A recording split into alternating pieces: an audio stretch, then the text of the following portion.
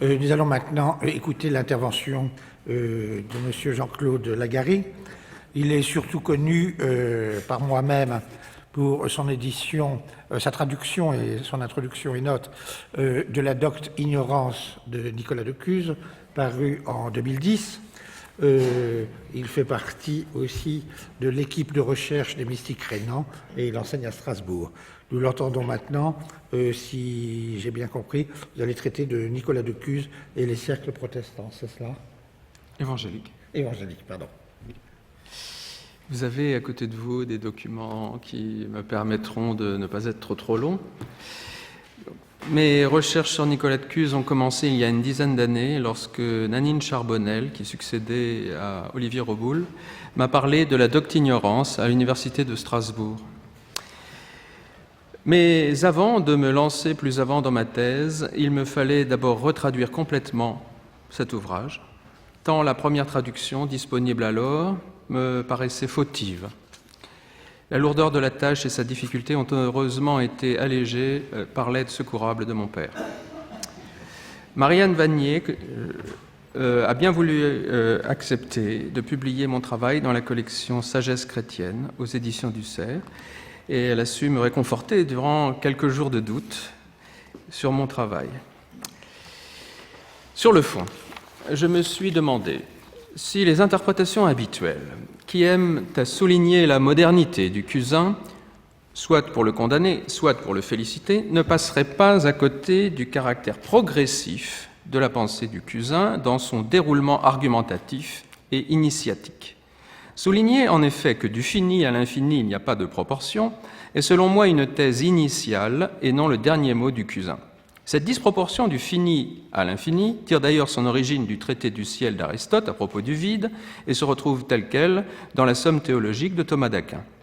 Ne paniquons donc pas, ce principe ne caractérise aucunement la pensée cusaine, mais le régime de la pensée rationnelle qu'il n'a de cesse de chercher à dépasser. Prenons par exemple le sermon numéro 3 du 29 mars 1431. Cuse écrit ainsi à propos de Jésus-Christ ceci. « Ton humanité est l'échelle par laquelle la créature monte vers Dieu. Certes, il n'y a pas de proportion du fini à l'infini, mais il y a une concordance symbolique entre ton humanité et les créatures.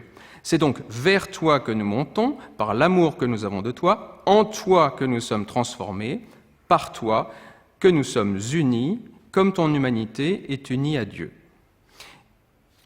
Il n'y a pas de proportion, mais il y a le verbe. Même si la raison bloque, il faut forcer le passage et passer à un niveau supérieur pour affirmer qu'il y a bien un rapport, puisqu'il y a un rapport de création et d'incarnation. Cette importance centrale de la grâce et du Christ dans la pensée de Cuse est rarement mise en avant par les commentateurs. J'en ai fait, quant à moi, le cœur de mon interprétation. Cela m'a permis, me semble-t-il, de mieux comprendre les rapports de Cuse et de l'évangélisme français du début du XVIe siècle. J'avais conscience de transgresser quelques frontières, ce faisant.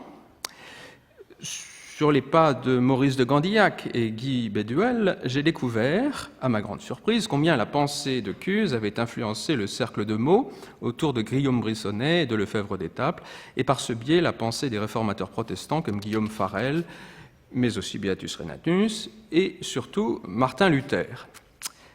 Certes, on me dira que Luther n'a guère lu le Cusin, à part le Coran passé au crible.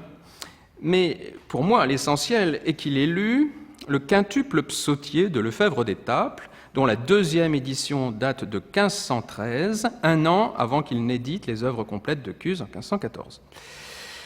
Lefebvre revient dans la préface de cet ouvrage longuement sur l'interprétation qu'il donne du psaume 30.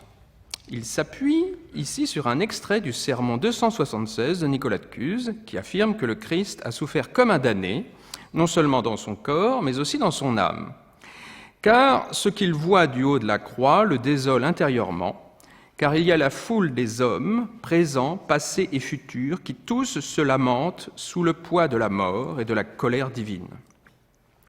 Il avait déjà précisé dans le sermon 27 de 1443 que toute l'âme du Christ est affligée, aussi bien le sommet de l'intelligence que la raison et la sensibilité. un des premiers lecteurs du quintuple psautier, a relevé la nouveauté et l'étrangeté de cette thèse qui semble faire remonter l'enfer sur terre en le situant en quelque sorte autour de la croix. Il s'agit du prieur de la Chartreuse de Gonnet dans le Pas-de-Calais du nom de Pierre Marneffe de Leyde, qui fut plus tard le supérieur général de cet ordre. Pour ce dernier, la thèse du Cusin est proprement scandaleuse, car elle prête au Christ la souffrance des damnés et paraît rendre inutile la descente aux enfers. Dans sa réponse, qui est ajoutée dans la deuxième édition de 1513, Lefebvre proteste de sa bonne foi. Il a étudié cette thèse en homme de science, et donc sans vouloir rompre aucunement avec l'orthodoxie catholique. Poussant plus loin, il sauve la thèse du Cusin en expliquant que souffrir comme un damné ne signifie pas qu'il a souffert en tant que damné.